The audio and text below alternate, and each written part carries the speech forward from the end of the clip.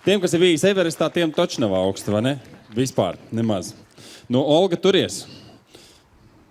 Turēšos gan. Labvakar. Valdis, pirms mēs sākām, prasīja visādus jautājumus. Viņš prasīja, kā jums liekas, cik cilvēkiem liekas, ka robežas ir, un jūs tur cilējāt rokas. Un tad bija prasīts, cik liekas cilvēkiem, ka robežu nav, un tur kāds cits cilēja rokas.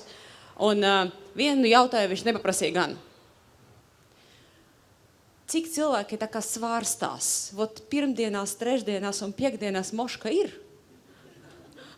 Vot sestdienās un svētdienās, piemēram, noteikti nav. Es saprotu, ka jums grūti tas rokas no meteļiem izcelt ārā, jā, bet es redzu, ka, es ar jums, jā. Es ar jums, jo man arī liekas, man ļoti grūti atbildēt, tā godīgi atbildēt uz jautājumu, vai ir robežas. Ja no vienas puses man ļoti, ļoti priecētu tāds skats, ka robežu varbūt nav. Ja? Jo tad es esmu sadomājis visādas trakas lietas vēl darīt gan pensijā, gan tur tālāk uz priekšu. Un ja robežas nemaz nebūtu, tas mani ļoti iepriecinātu. Tas būtu tā ļoti, ļoti cerīgi, viss noteikti izdotos.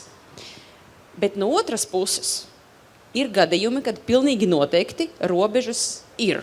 Un te viņas ir, un viņas var redzēt. Un es šobrīd nerunāju par tādām taustamām robežām, ko parasti kāds dižais, varenais no augšas uzliek, piemēram, valsts. Ja? Un te ir valsts robežas.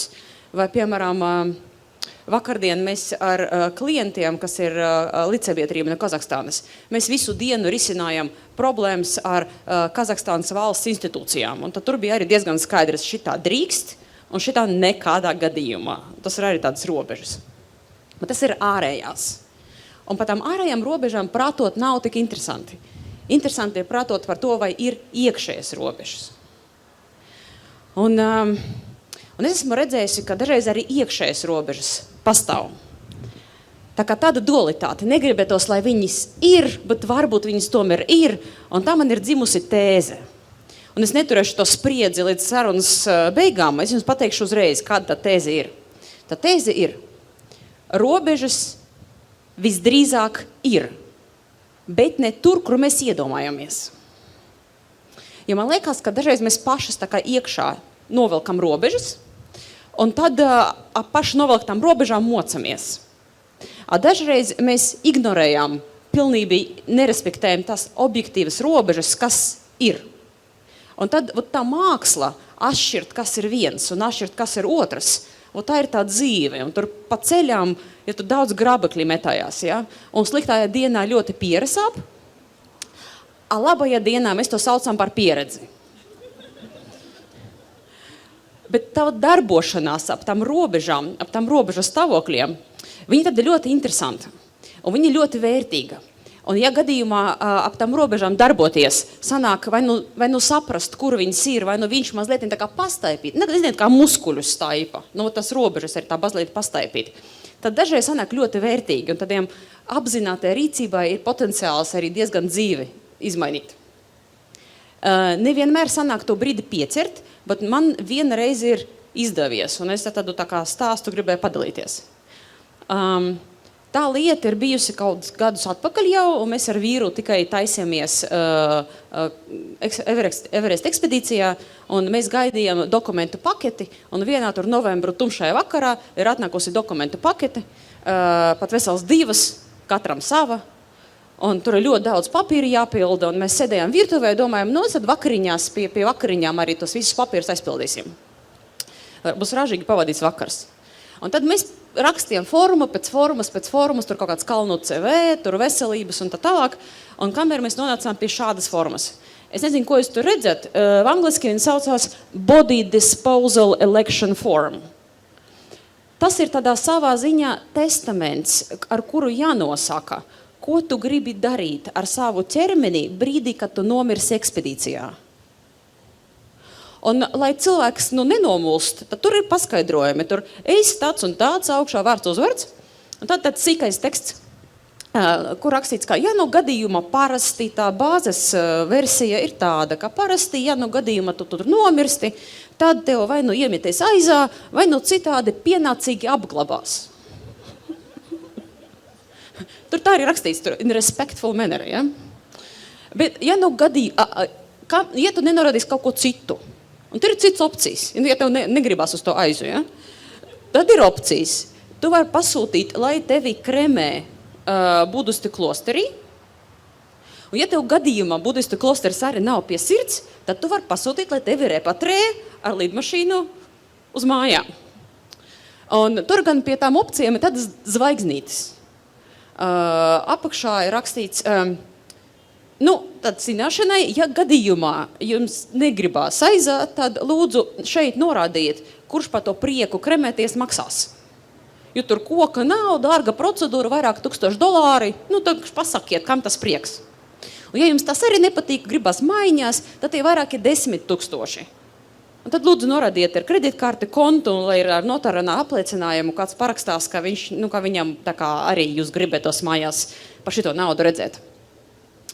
Un otra zvaigznīte ir tāda, ka ja gadījumā jums ar to naudu viss ir kārtībā, un tieši šīm mērķiem viņa ir bijusi nolikta, tad neviens īsti negarantē, ka jūsu fantastisko vēlmi var piepildīt. Jo tur ir piezīme, ja jūs nomirsiet pietiekami zemu. Tā kā uzņematies, ja? Atbildību. Drīkst tikai zemu. Augšā aizā. Un tad mēs ar vīru tā formu izlasījām, katrs savu. Un tad bija tā. Mīļais, sarkano dzersi? Saki lūdzu, ja tu nomirsi, kā tu gribi būt apglabāts? Aha, ko vecāki par to varētu domāt?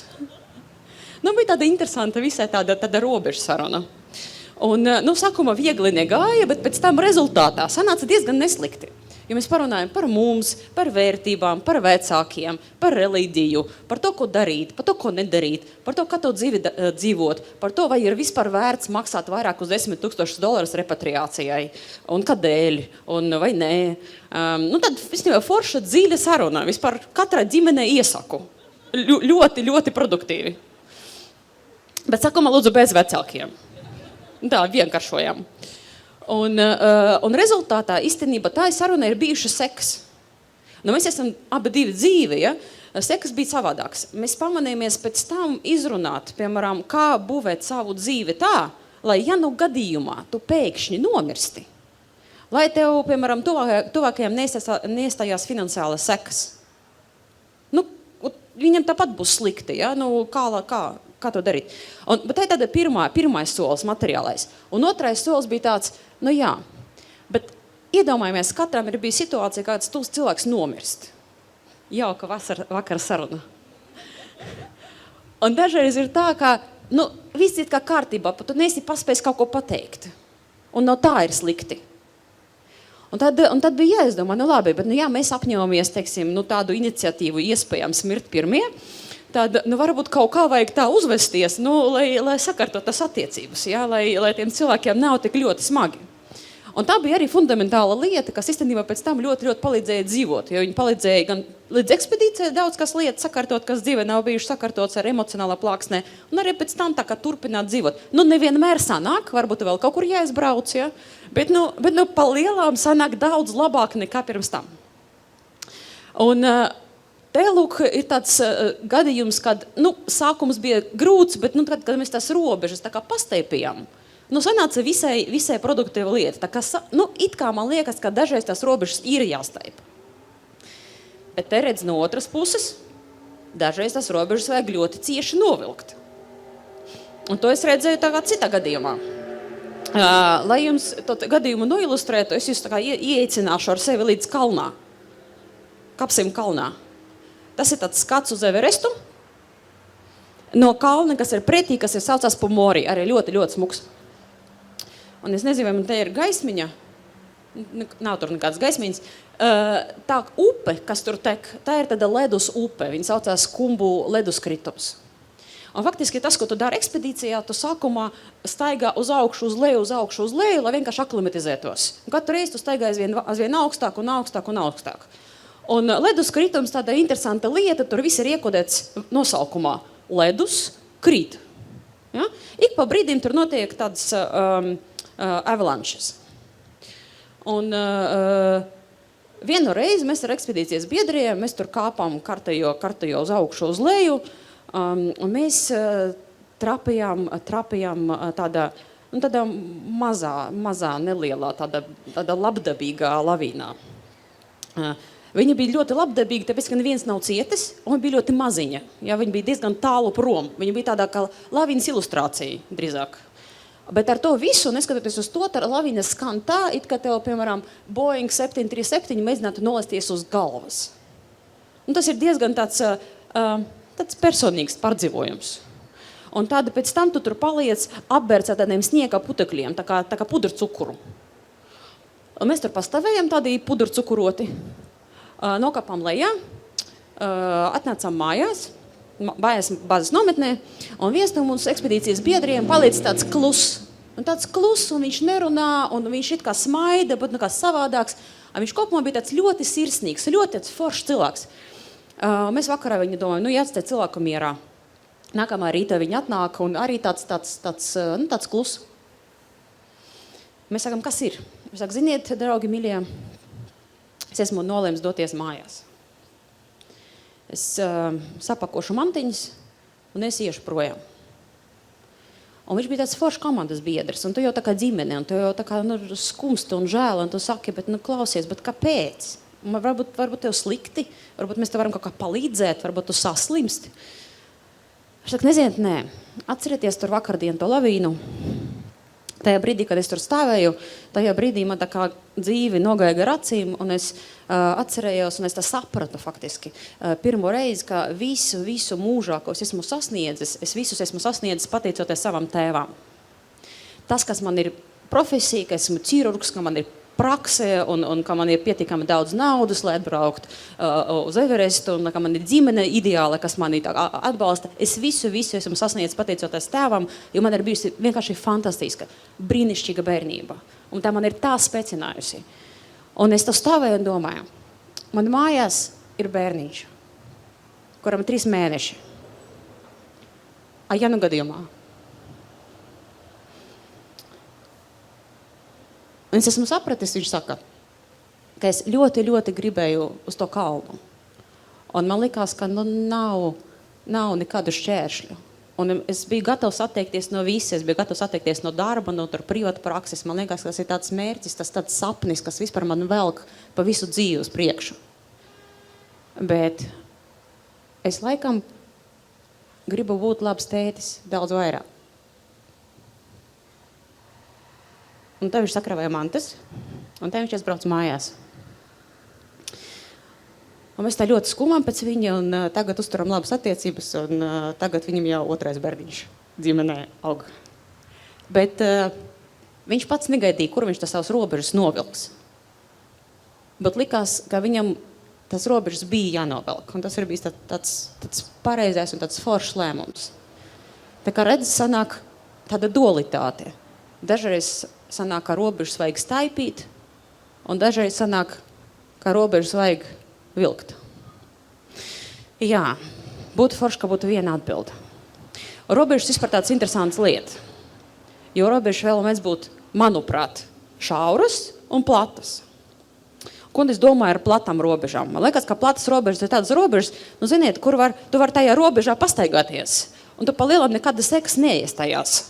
Tur nav skaidrs, tur pa kuru pusi, piemēram, robežas starp labu rīcību un neīpaša labu rīcību, starp pareizo rīcību un kļūdu. Savukārt šauras robežas ir tik šauras, ka viņas pat asas. Ja? Un tur pilnīgi skaidrs, ka tur ja kas, tad tā sekas iestāsies. Un parasti to var redzēt, piemēram, kalnos. Tas robežas ir ļoti asas. Un arī manā industrijā, aviācijā, tas robežas arī ļoti, ļoti asas starp to, ko var un to, ko galīgi nevar. Bet mēs paliksim pie kalniem, un lai es noilustrētu vēl vienu piemēru, es gribēju jums parādīt tādu nelielu filmiņu. Bet pāris vārdus par to filmiņu. To mēs izlaidīsim. Par filmiņu ir tā, tas nav nekāds National Geographic, ja kas. Ja?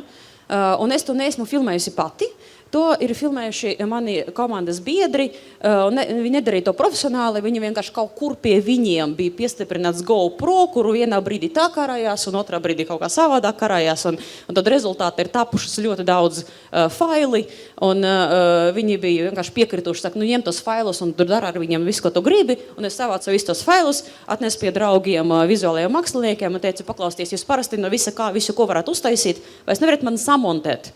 Kaut kādu mazu filmiņu, lai vieglāk būtu saprast, kas tajā kalnā darās. Un uzlieciet kaut kādu mūziku lūdzu virsū, vienkārši, lai nav garlaicīgi. Un viņi man atdevuši to mazo filmiņu un teikuši, bet mēs nekad mūziku nelikām. Mēs izmantojam tos pašas skaņas, kas tur dabā ir bijušas. Jo tas kameras izrādās bija piemontētas arī šeit uz vēdera, un tāpēc viņi ierakstīja to skaņu, kā cilvēks elpo. Bet mēs neko neestiekam. Mēs vienkārši paņemam tā, kā ir, un iespējams, ka tas arī būs vislabākais iespējas par to, kas tajā kalnā darās. Ja? Tā kā skatāmies filmiņu.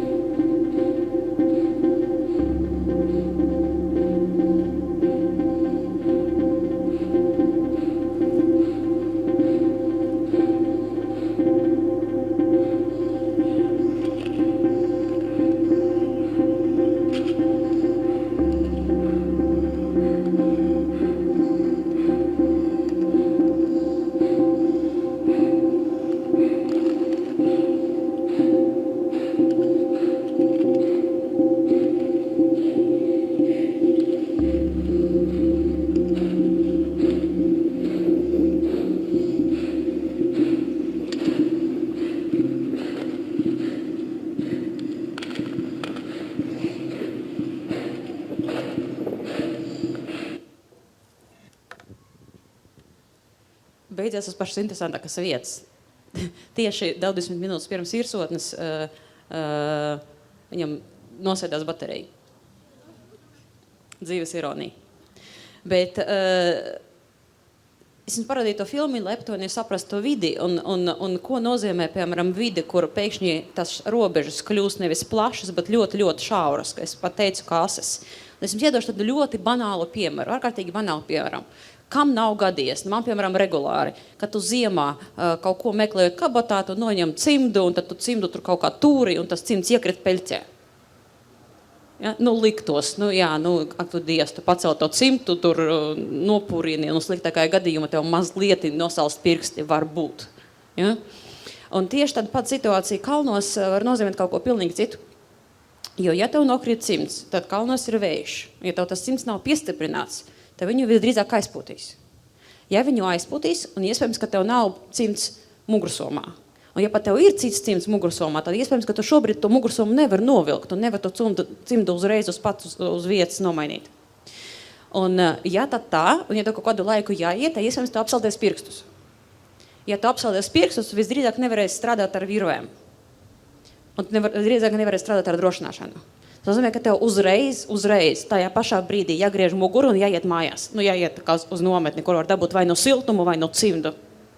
Un ja tu esi sasaistē ar kādiem citiem cilvēkiem, tas nozīmē, ka tu ietekmē ne tikai savu veselību, tu ietekmē arī citus cilvēku sapņus.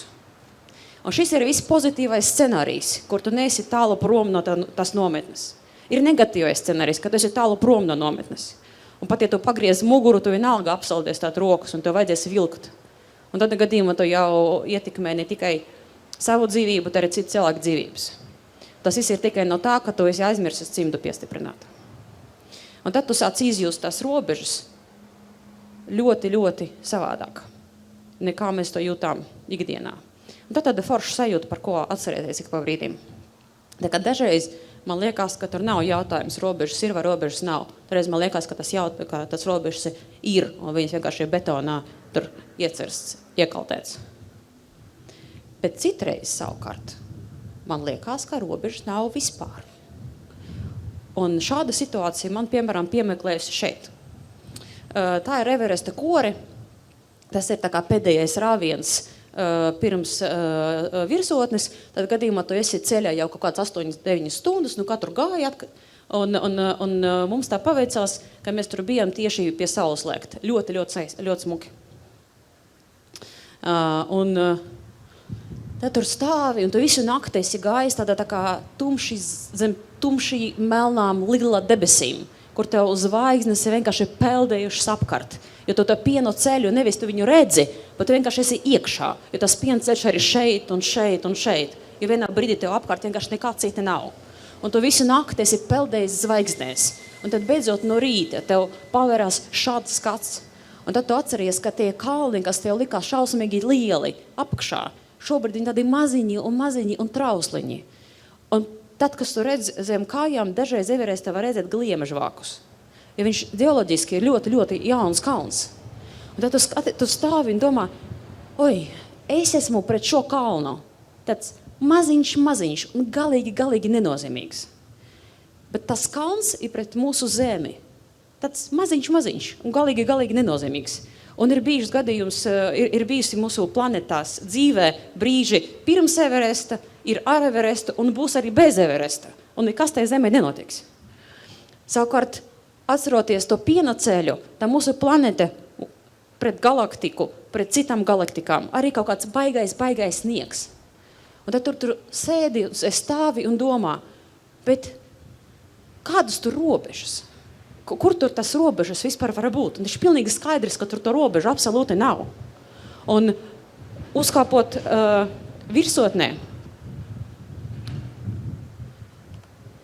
tur pilnīgi skaidrs, tu stāvi un ir skaidrs, ka pirmkārt tev teikuši taisnību skolā, zeme ir apaļa, to var ar acīm redzēt, un tad te zeme ir tik ļoti maziņa, ka viņa tāda trausla un skaista. Tev gribas to zemeslodi tā kā ielikt plaukstā, tā kā nopust putekļus un iebāzt kaut kur azotē, lai nedod Dievs ar viņu nekas nenotiktu. Un liekas, ka tas viss ir tik ļoti vienots, ka tur pilnīgi noteikti nekāda robeža nevar būt. Lūk, tāda dualitāte. Un Tāpēc man arī liekas, ja no gadījumā tas robežas ir, tad viņas iespējams pastāv kaut kur ne tur, kur mēs domājam. Paldies!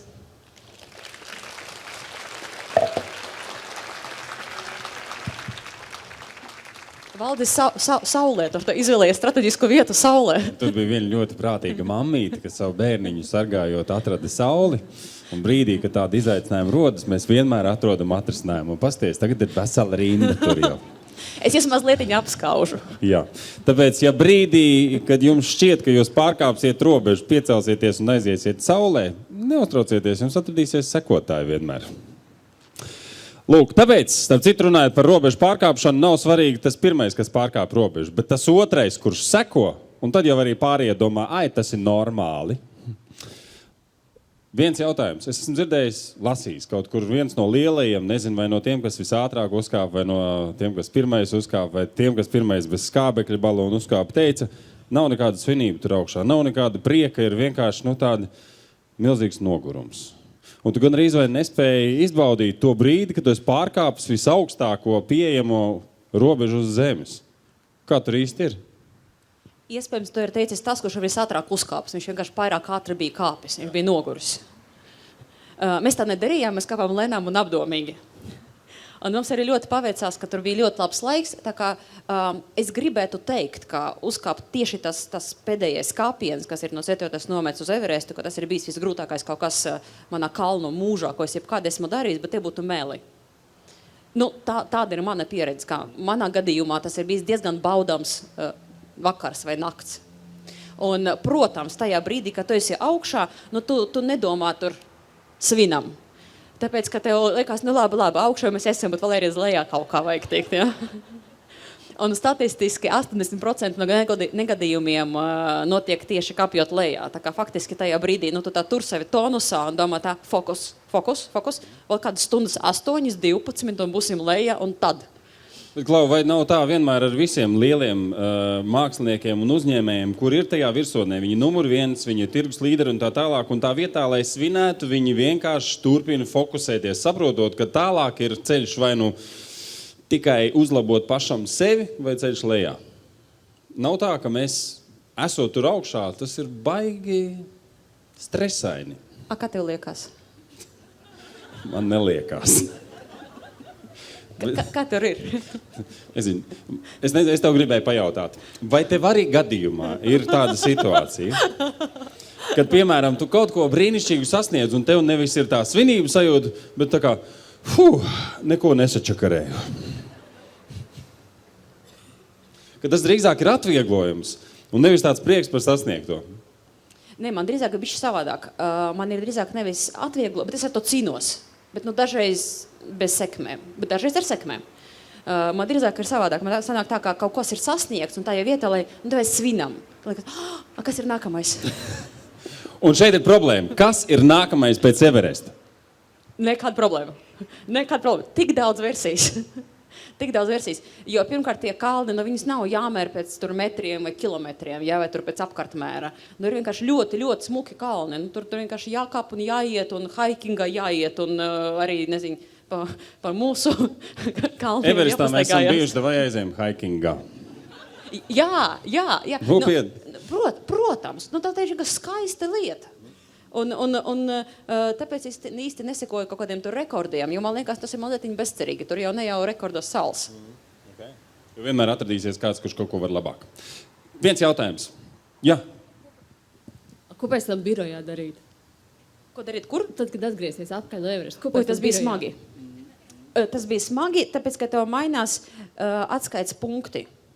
Un tad tu esi atgriezies birojā, un tev tāds nopietns cilvēks tagad, un skaidrs, ka tev bizness 2 mēnešus ir stāvējis bez tevis, un tas uzliek tādu nelielu stresa sajūtu. Un tad tu sēdi, un tev skan zvans. Un zvans ir no klienta. Un klients ir, zināmi, tāds uzbudināts. Un klients tev kliedz klausulē, ka viņam steidzīgi, ko vajag steidzīgi. Saka, kas steidzīgi? Saka, ko tev vajag? Saka, aktu. Kādu aktu tev vajag? Saka, salīdzināšanas. Un tad tev liekas tā...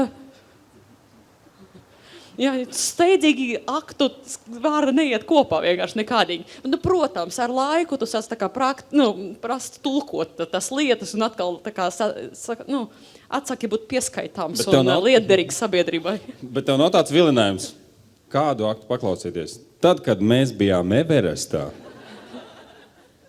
Cilvēkam varbūt ir daudz smagāk kaut kā par Everestu. Viņam tur, nezinu, budžeta gads beidzās vai tur vēl kaut kāds. Kāds tur viņam Everests? Labi, sirsnīgs paldies tev.